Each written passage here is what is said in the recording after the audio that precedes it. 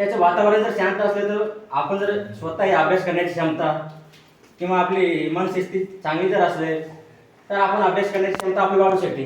जर बाहेर जर एखादी लग्न असेल किंवा कार्यक्रम जर चालू असेल तिकडे जर गोंधळ असेल, डीजे वाजत असेल तर आपलं मन कुठं बाहेर जाते. आपलं सुद्धा वाटतं की बा उठावं आणि थोडासा नाचावं, डान्स वगैरे त्याच्यामुळे आपलं मन लागत नाही असं आहे ना. त्याच्यामुळे कसं ते वातावरण असं शांत पाहिजे. जर अभ्यास आपण जर आता रिडिंग मध्ये जर असलं, रिडिंगच्या साईडला जर असेल तर आपलं मन लागत नाही. थोडंसं काय आहे काय नाही बाहेर जाऊन आपण थोडंसं 2 मिनिटं का होईना पण जाऊन पाहतोय की कशाचा कार्यक्रम वगैरे काय झाला त्याचा विषय.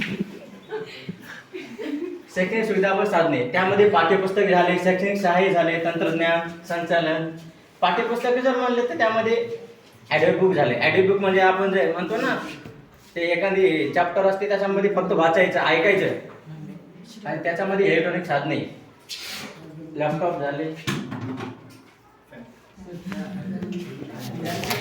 शैक्षणिक सहाय्य, विशेष व्यक्तिमत्व लक्ष आणि समर्थन.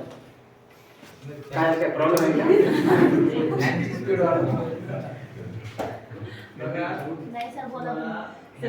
सर तुम्ही बोला. तुमचा ठेव सांगा मला कारण आम्ही पण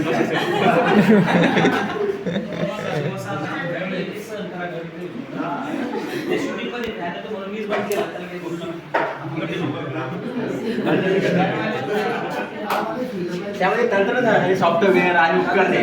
जर लॅपटॉप झाले, मोबाईल आले, जर मोबाईल पासून आपण चांगला पण उपयोग करतो आणि वाईट पण उपयोग करतो त्याचा. जर आपल्यावरती डिपेंड करते की आपण त्याच्यापासून म्हणजे चांगली गोष्ट घ्यायची का वाईट. त्याच्यामध्ये यूट्यूब आले, इन्स्टा आले, फेसबुक इत्यादी वेगवेगळे ते उपकरणे आहेत त्यामध्ये. तसे त्यामध्ये जर आता संचालन बघायला गेलं शैक्षणिक कार्यक्रमाचे स्वरूप आणि वेळेचे जुळवणूक. जर एखादे जर आपण वेळेचे नियोजन जर केले तर आपण दिवसातून आता दिवसात 24 तासामध्ये जर आपण जर नियोजन जर केले ना तर आपण टायमानुसार केलं पाहिजे. नाहीतर आपण 2 तास झोपायचं, अर्धा तास अभ्यास करायचं. त्याच्यामुळे नियोजन केलं पाहिजे, टाइम टेबल केला पाहिजे आणि त्याच्यामुळे आपण ते चाललं पाहिजे त्या टाइम टेबलनुसार. सहज परस्पर गतिशीलता त्यामध्ये अडथळामुक्त प्रवेश, वाटचालीचे मार्ग, उपलब्धता आणि सुरक्षा. यामध्ये व्हीलचेअर झाले म्हणजे सायकल. मी तुम्हाला अगोदर सांगितले बाय त्यांना जर अपंग असेल, दिव्यांग असेल त्यांना ते सायकलीची व्यवस्था करणे.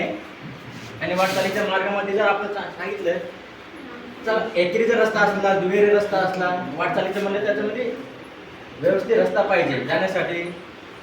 तसेच उपलब्धता शाळेतील सर्व क्षेत्रामध्ये प्रवेश आणि गतिशीलता. शाळेमध्ये प्रवेश घेतवेळेस आणि गतिशीलता. सुरक्षा वातावरण सुरक्षित आणि अडथळामुक्त असावे. म्हणजे वातावरण जर व्यवस्थित असले तर आपण शिकण्याचे आणि व्यवस्थित संवाद व सहकार्य.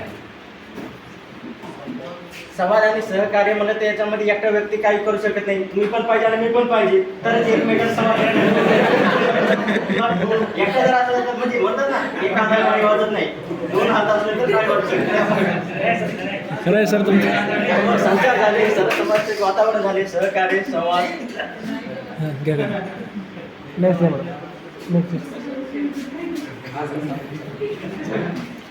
तुम्ही जे समोर विशेष मार्गदर्शन, विशेष तज्ञ आणि मार्गदर्शन. शिक्षकाचे प्रशिक्षण.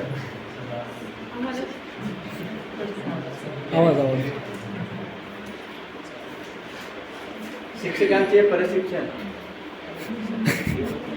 पुढे घ्या, नेक्स्ट घ्या.